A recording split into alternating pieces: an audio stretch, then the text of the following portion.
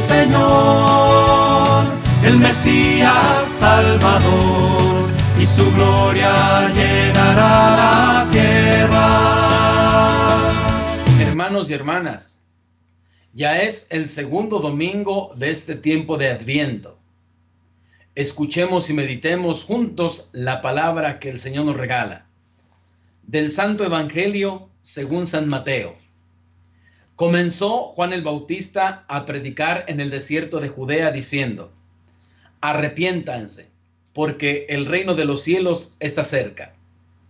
Juan es aquel de quien el profeta Isaías hablaba cuando dijo: una voz clama en el desierto, preparen el camino del Señor, enderecen sus senderos.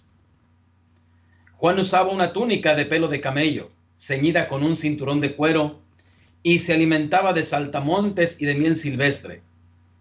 Acudían a oírlo los habitantes de Jerusalén, de toda Judea y de toda la región cercana al Jordán. Confesaban sus pecados y él los bautizaba en el río. Al ver que muchos fariseos y saduceos iban a que los bautizara, les dijo: raza de víboras, ¿quién les ha dicho que podrán escapar al castigo que les aguarda? Hagan ver con obras su arrepentimiento, y no se hagan ilusiones pensando que tienen por padre a Abraham, porque yo les aseguro que hasta de estas piedras puede Dios sacar hijos de Abraham. Ya el hacha está puesta a la raíz de los árboles, y todo árbol que no dé fruto será cortado y arrojado al fuego. Yo los bautizo con agua, en señal de que ustedes se han arrepentido, pero el que viene después de mí es más fuerte que yo, y yo ni siquiera soy digno de quitarle las sandalias. Él los bautizará en el Espíritu Santo y su fuego. Él tiene el bieldo en su mano para separar el trigo de la paja. Guardará el trigo en su granero y quemará la paja en un fuego que no se extingue. Palabra del Señor. Hermanos y hermanas, uno de los personajes que nos guía en el Adviento, este tiempo hermoso de esperanza, es Juan el Bautista, que junto con el profeta Isaías y la Virgen Santísima adquieren un papel central, fundamental en el tiempo litúrgico del Adviento, porque son quienes nos dirigen para que nosotros podamos así abrir paso en nuestro corazón al Señor que viene. Yo quisiera, hermanos y hermanas, recordar en este domingo que es importante seguir la voz de los profetas, de estos personajes que nos van indicando el camino que debemos tomar para ir hacia Dios. Pero que también seamos conscientes de que se trata precisamente de dos partes. Es decir, Dios viene a nosotros, pero también nosotros tenemos que ir al encuentro de nuestro Dios. Yo estoy convencido que cuando nos preparamos para recibir al Señor, es precisamente como un abrazo que queremos dar a una persona. Y cuando la vemos, abrimos nuestros brazos para sentir precisamente su cercanía. Y creo que en ese sentido y en esa imagen puede ayudarnos a comprender lo que es el Adviento. Dios que viene con sus brazos amorosos a nuestro encuentro, y el hombre que debería salir también así, con sus brazos abiertos para recibir a su Salvador. Porque quizá a alguien nos ha pasado alguna vez que quieres dar un abrazo y la persona es reacia a recibirlo. La persona baja sus brazos, no quiere recibir ese abrazo, ese cariño. Yo pienso que puede suceder lo mismo precisamente en este sentido espiritual para con Dios, porque muchas veces todo queda en buenas intenciones, en cosas externas, pero cuando no abrimos nuestro corazón a la misericordia de Dios, solamente dejamos que Dios nos dé un abrazo, pero no correspondemos a Él. De manera entonces que aparece hoy Juan el Bautista.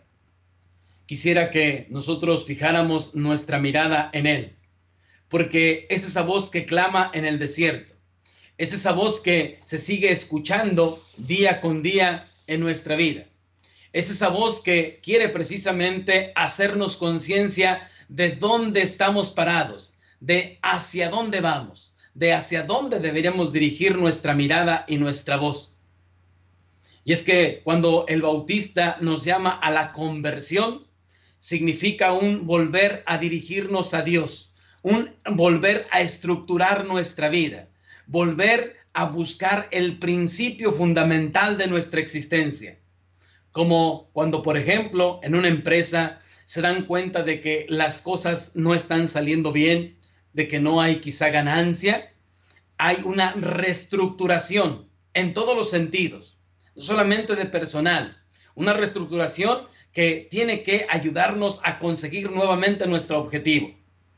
En ese sentido, podríamos nosotros captar y entender precisamente lo que es la conversión, nuestra conversión. Porque las palabras de Juan el Bautista son palabras fuertes, son palabras que siguen escuchándose en el desierto de nuestra vida. Ahí donde tenemos el egoísmo, ahí donde nosotros nos hemos complicado nuestra respuesta a Dios, ahí donde el hombre se cierra y no es capaz de escucharse, siguen resonando precisamente: hay que enderezar el camino, hay que convertirse. Dice el Evangelio que había muchos que acudían a él, acudían a escucharle. No basta únicamente acudir por curiosidad. Siempre cuando aparece un profeta, un hombre de Dios, alguien inspirado, trae mucha gente. Siempre las mismas personas dicen: allá está un sacerdote que explica muy bien, allá está un padre que hace esto, que hace aquello. Y entonces van a escucharle, quizá por curiosidad, quizá porque les nace, quizá porque allí encontrarán palabras de vida. Yo creo que precisamente Juan el Bautista en el Adviento es esa voz, es precisamente ese profeta, es ese hombre de Dios que viene a decirnos: hay que reestructurar su vida, conviértanse. Y Juan el Bautista usa palabras fuertes porque dice el evangelista San Mateo que, dándose cuenta de que fariseos y publicanos iban a escucharle, les dice palabras fuertes: raza de víboras, manifiesten con sus obras la conversión. Yo cuando pensaba en estas palabras, sentía precisamente la mirada de Dios. Dios que conoce mi interior, Dios que conoce tu interior, Dios que conoce no las apariencias, sino lo que hay en nuestro corazón. Hagan ver con obra su conversión. Es decir, no podemos ser ilusos pensando que las cosas se compondrán porque es Navidad. No podremos ser ilusos pensando que quizá haciendo una cena o dando algún regalo, aquellas dificultades, aquellas diferencias que tenemos con alguna familia, con algún amigo, con algún hermano nuestro, como por arte de magia desaparecerán. No, la conversión no es una ilusión. El profeta no viene a describir un mundo ideal pensando que Dios lo hará todo y nosotros tenemos que cruzarnos de brazo. No, la conversión empieza con uno mismo. Por eso yo creo que uno tiene que ser consciente de ello. No podemos pensar que vamos a buscar cambiar para que me acepte más mi familia. Voy a empezar a cambiar para que también cambie quien está a mi lado, mi esposo, mi esposa, mis hijos, mis padres. Hasta que ellos cambien, yo voy a empezar a cambiar. No. La conversión radica precisamente en el hecho de darse cuenta de que yo, no el otro, yo necesito reestructurar mi vida de acuerdo a los valores que Dios quiere, a los principios que Él me ha dictado en el Evangelio. Y así entonces busco precisamente con obras hacer la voluntad de Dios en mi vida. Me dejo de buenas intenciones, me dejo de apariencias, porque Dios conoce precisamente el corazón. Yo entiendo, sé que es difícil, sé que nos cuesta a todos muchísimo trabajo, pero lo primero está en escuchar la voz de Dios y en reconocer que efectivamente necesitamos mostrar nuestra conversión con las obras. De otra manera, el tiempo de Navidad llegará, nacerá el Señor Jesús y nuestra vida seguirá en lo mismo, en la superficialidad. Nuestra vida seguirá solamente en lo externo.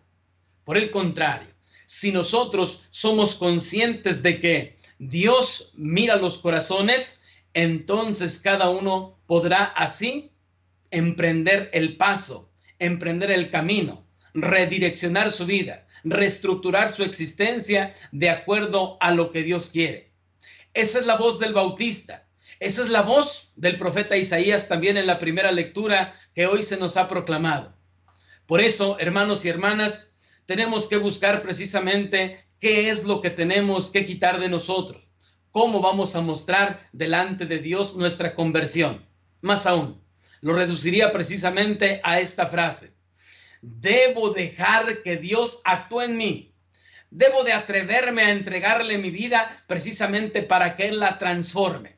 Porque si a mí se me hace imposible cambiar, si a mí se me hace imposible quitar de mí esta situación, si a mí se me hace imposible quitar de mí este vicio, para Dios es posible. Y es precisamente lo que anuncian los profetas. No una vana ilusión, no solamente un sueño utópico, sino precisamente la conversión con tus obras y mis obras, para así dejar que Dios actúe y que seas tú y sea yo el hijo que Él quiere. Hermanos y hermanas, enderezar el sendero para el Señor tiene entonces un significado concretísimo. Significa emprender una reforma en nuestra vida. En el sentido moral hay que allanar, quitar los obstáculos que hay que retirar, como son el orgullo, la vanidad, todo aquello que nos cierra hacia los demás. Podemos hoy terminar nuestra meditación repitiendo las palabras que escucharemos en la segunda lectura de este domingo en la carta de San Pablo a los Romanos. Que Dios, fuente de toda paciencia y consuelo, les conceda a ustedes vivir en perfecta armonía unos con otros, conforme al Espíritu de Cristo Jesús, para que, con un solo corazón y una sola voz, alaben a Dios, Padre de nuestro Señor Jesucristo. Que Dios nos siga bendiciendo a todos en este domingo. El Señor, el Mesías Salvador, y su gloria llenará la tierra.